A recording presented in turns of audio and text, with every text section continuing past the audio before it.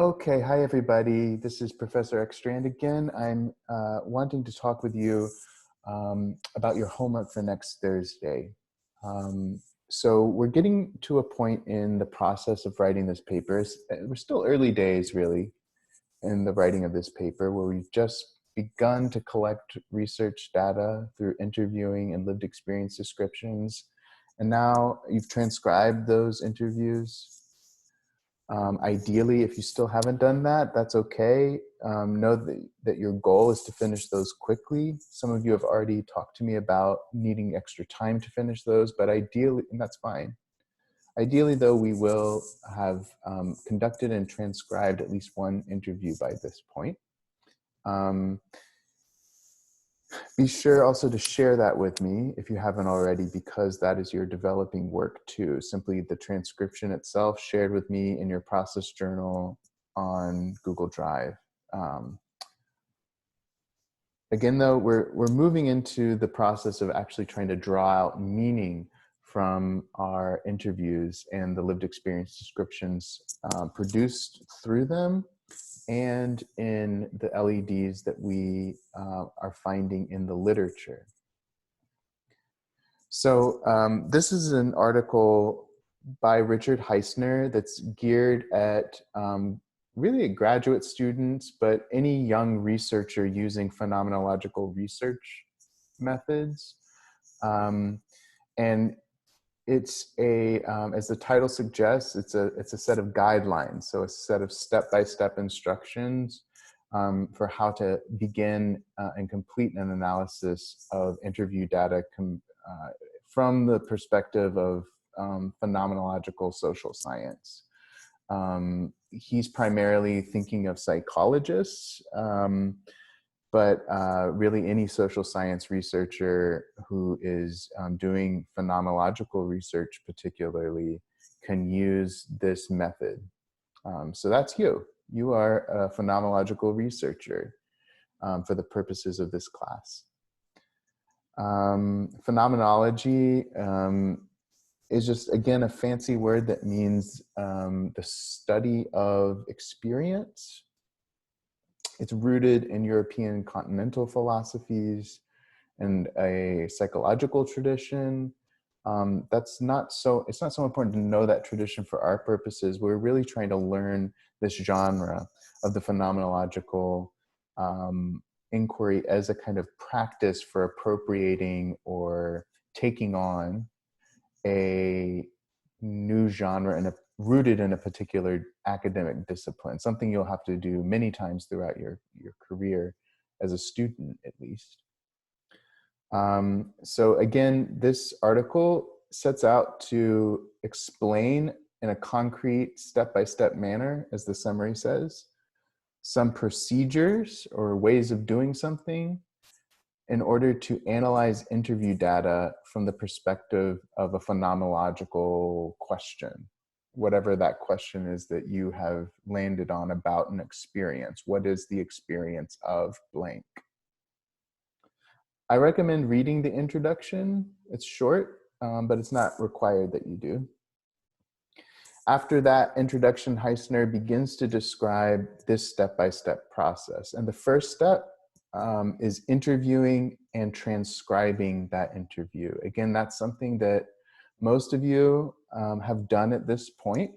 Some of you are still working towards that goal, but you can't, that's fine, again, but you can't continue on to these next steps until the transcription is complete. So it's important that you work to get that finished as quickly as possible. I know transcription is a laborious process. It's a time-consuming process. It's a tedious process. It's just not always so fun. But I want to congratulate you on getting through that. It's a portion of our work. It is an achievement. It's also important because as a researcher, transcription is very intimate. In addition to being tedious and laborious, it's very intimate. It's where you're getting into the data itself and becoming familiar with it and kind of working over every word of that interview and kind of taking it in. you're kind of downloading it into your body, even into your mind, as you are transcribing it. Hycner notes that it's helpful to leave a large margin to the right of the transcription. That might be news to you. Well, it will definitely be news to you because you haven't seen this before. But this is something I'm recommending you do as well. So I want to take you to show you how you would do this in Word and in Google Drive. So before we do that though, as an example for what this will look like, you can scroll down in the Hycner and come to page 283. And what you see here on the left side is the interview stripped down to just an LED. And then on the right-hand side, this would be a blank column where we're able to make notes about that, about what's going on in the lived experience description itself. So essentially what we want to do is make two columns, and on the left-hand column, we want it to be just our interview data, our lived experience description.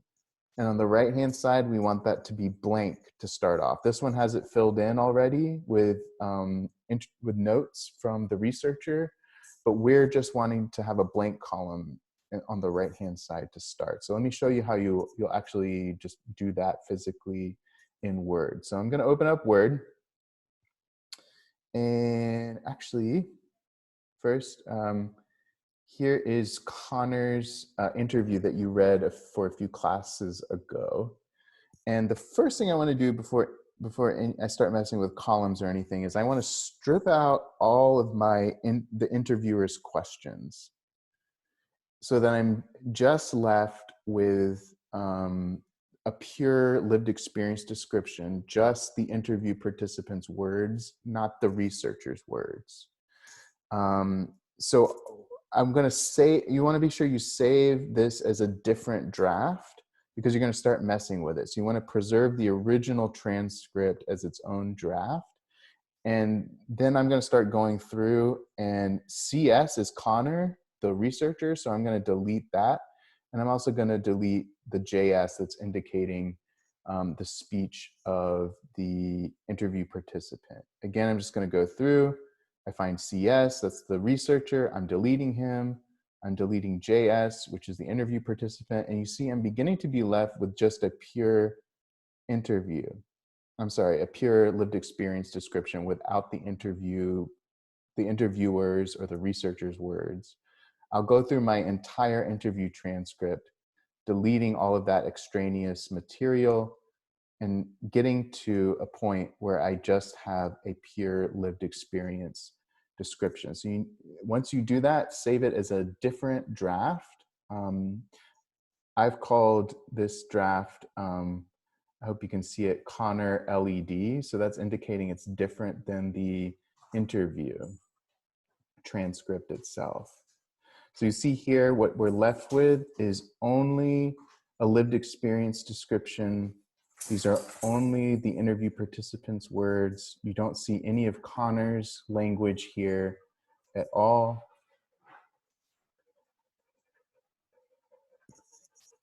Good. So the next thing we're wanting to do is to take this lived experience description and make it into two columns and get a blank column on the right-hand side and have the LED running through a column on the left-hand side. So in Word here, what I'm going to do is I'm going to go to, I'm sorry, I forgot. What did I go to? Oh, I'm sorry. It's format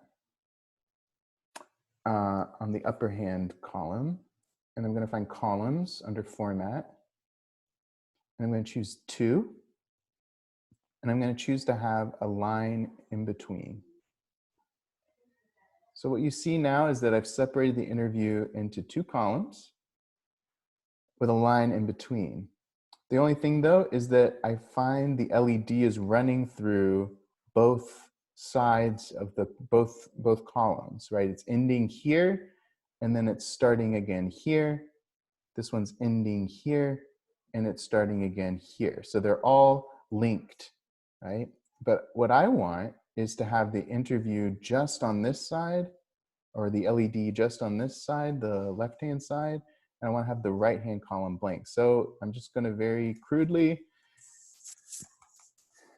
tab, tab, tab, return, return, return. And what you see is now I have this and, which was at the top of this column, starting on the right-hand side, right?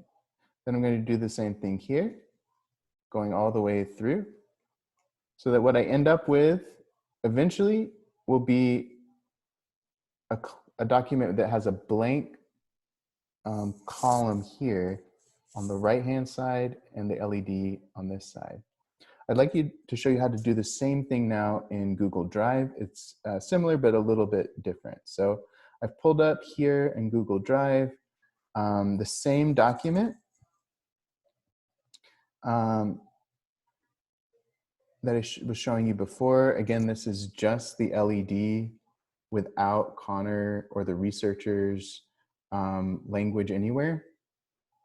I'm going to go again to format. I'm going to go to columns. I'm going to click double columns. Now, I also want to get a line in between. That's not necessary. I just think it helps visually to have a clean separation there. So I'm going to go back to format. I'm going to go back to columns. I'm going to select more options, and I'm going to select line in between and apply. And you see now I have this gray line in between. This works the same way as Word. I have to tab through to get a clean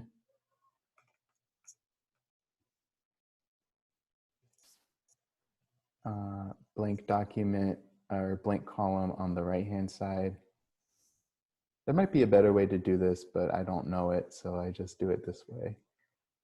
Again, the goal is for the entire document to have the LED running in the left-hand column and to have a blank column for you to write in or type in on the right-hand side. I'm gonna leave this aside for now. So we're going back into the Hycner. And we've now completed number one. We've transcribed an interview that we conducted. We've stripped it down to just the LED. We've made it into a 2-column document ready to start our notations. The next thing that Hycner recommends is bracketing or identifying and setting aside any preconceptions you might have about what you're trying to find as you analyze the data. This is important as a researcher to try and identify your biases early on and to try as much as possible to make sure those biases influence your reading of the data as little as possible. In the natural sciences, there's a highly evolved way of doing this where through double-blind studies and multiple outside reviewers interrogating the data and your reading of it, it corrects for those biases. Because again, what we're trying to get at is truth, not a reflection of your own preconceived notions. So in phenomenological research, which is a more human way of researching than in the natural sciences, where the human is actually tried to be put to the side almost altogether. Here, instead, what we're going to aim at is simply identifying our biases, making ourselves aware of them, so that we can be at least, if not sure, we can be at least aware of when we see those biases cropping up and try to put them to the side as much as possible. So he recommends doing a very simple thing. which is simply to, you should be reading each of these sections, by the way, before you do each of these actions. But he recommends simply kind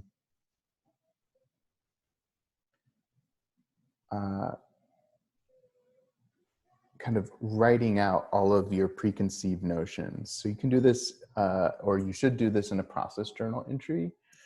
Simply listing out all of those things that you may already think about this interview data, all of the things you expect to see, all of the things you perhaps hope you see, all of your memories around what you, if you've had this experience yourself, your own memories and feelings around that experience. And there's something about just writing and listing those out that helps to bring them to awareness. And then we kind of mentally put them to the side when we analyze.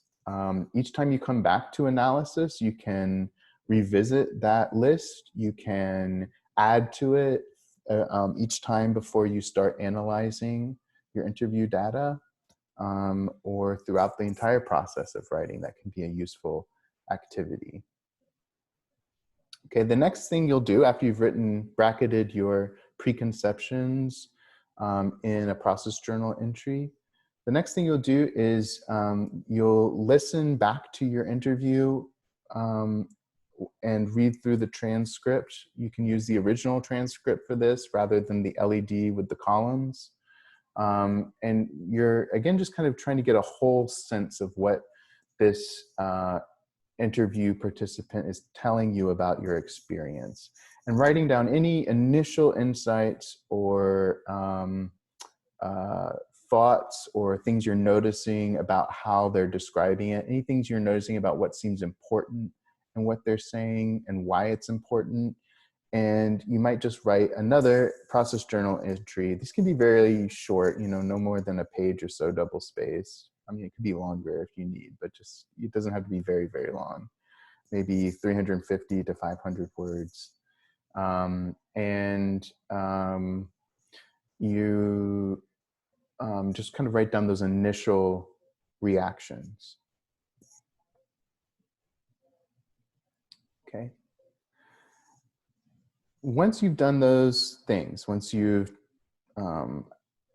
stripped down your LED to just that without any of the interview questions, made a 2-column transcript, bracketed your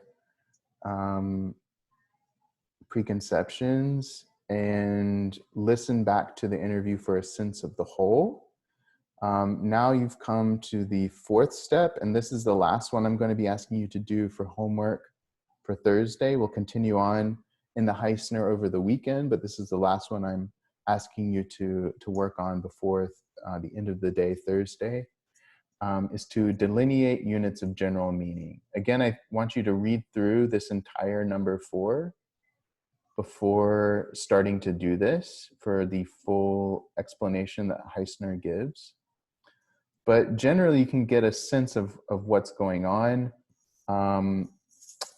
from the example here. So what we're doing here is starting what may feel like a redundant process. If it feels redundant, you're doing it right. It may even feel a little silly at first. But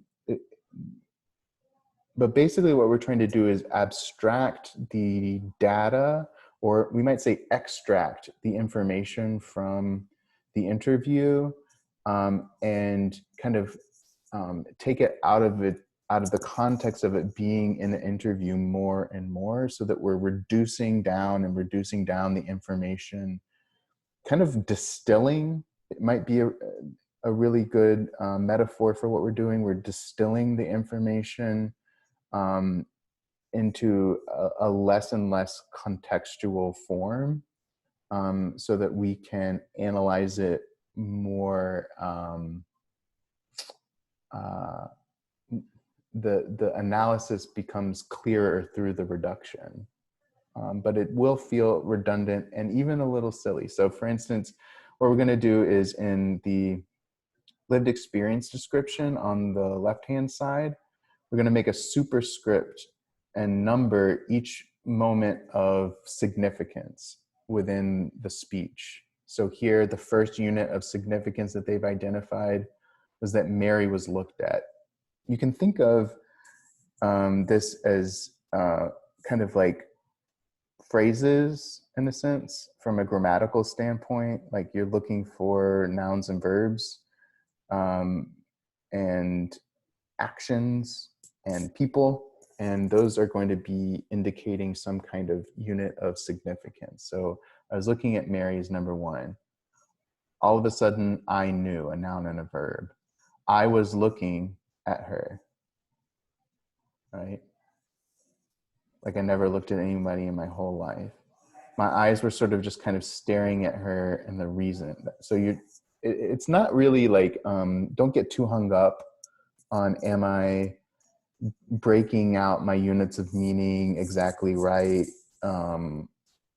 You're just basically trying to get a chunk of like each action or each insight as a short unit for you to work with. And you indicate each one with a superscript. Then what you're doing over here in the right-hand column is you're summarizing it in kind of neutral language as briefly as possible. And these notations are what we will begin using in further steps. We're going to drop the original language altogether in future steps and just use these notations to go forward. Don't worry about that too much right now, but you're just basically summarizing each one. And you'll see it's a little redundant. In fact, it's very redundant. Redundant to the point of absurdity, perhaps. I was looking at Mary, was looking at Mary. All of a sudden I knew, suddenly he knew. I was looking at her like I never looked at anybody before in my whole life. He was looking at her like he never looked at anybody in his whole life. His eyes were just staring at her. Okay. So you're putting it, in terms of you as a researcher, what you're noticing the participant saying, and summarizing it briefly. Often you're using the very same language the interview participant uses, but you're trying to get it down to its bare essentials and stripping out any kind of extraneous information. And you're also moving it from an I statement to a he or she statement. So from a first person to a third person. And that's it. So let me show you how you'll make a superscript and how you'll make your notations both in Word and in Google Drive. And that's the last thing that we'll do today. Okay, so I'm going to start in Word. This is my 2-column transcript. It's just the LED with a blank column. So I'm going to go here. I guess it's something that's always in the back of my mind. I'm going to say that whole first clause is a unit of meaning. So what I'm going to do is I'm going to click this little superscript button, and you'll see my cursor has divided in half, and I'm going to put a 1 there. Then I'm going to come over here. I'm going to do the same thing, put a 1, hit the superscript button again. Now I'm back in business.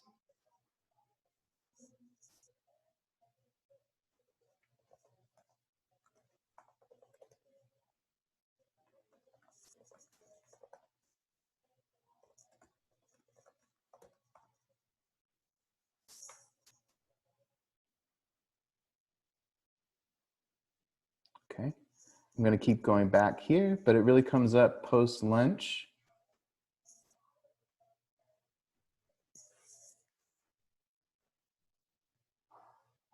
I'm going to say that is a unit of meaning. So I'm trying to decide, is that a unit of meaning, or is it this whole thing going down to work? That's really a judgment call you can make. There's no totally right or wrong answer there. Again, don't stress out too much about it, but just kind of go with your gut. That's fine. So I'm going to hit here. I'm going to say that's number 2.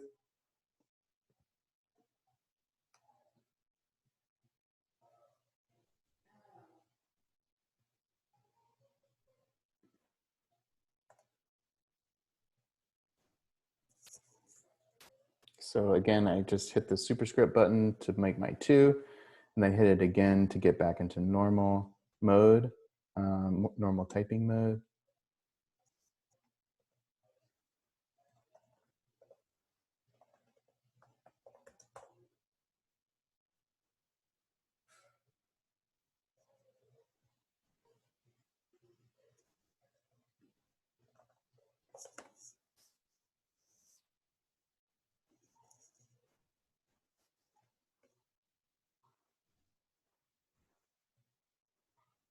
Oops, forgot my superscript. There we go.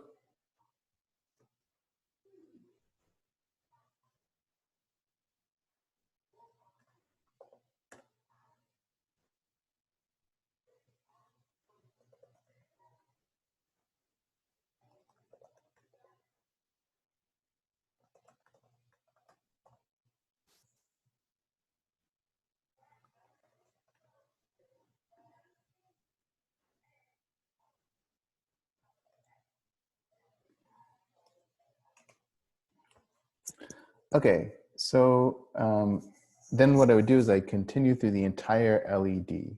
You can see, again, this is a tedious process, so you only want to be working with text that's really relevant and giving you a good lived experience description. Anything that's not a good lived experience description, you can delete, disregard, let it go. You can keep it in your original transcript, but for this, you only want to be working with that stuff that's really has meat to it. Okay, again, because it is so tedious. You don't want to spend time analyzing information that's not really that useful, actually. Okay, let me show you briefly how you'll do that same process in Google Drive. So here, all right, so this is a little bit different. So the best way I know how to make a superscript in Google Drive is to actually make the number, then highlight it, and then I'm gonna press Command period, and that translates it, or I don't know, transfers it to become a superscript. I can highlight it again, Command period, or and it becomes a number 1, a full number 1. I'll do the same thing here. I'll press number 1, I'll highlight it, I'll make a superscript, I'll click. You see it's still in superscript mode. I'll hit Command period, it comes out of superscript mode.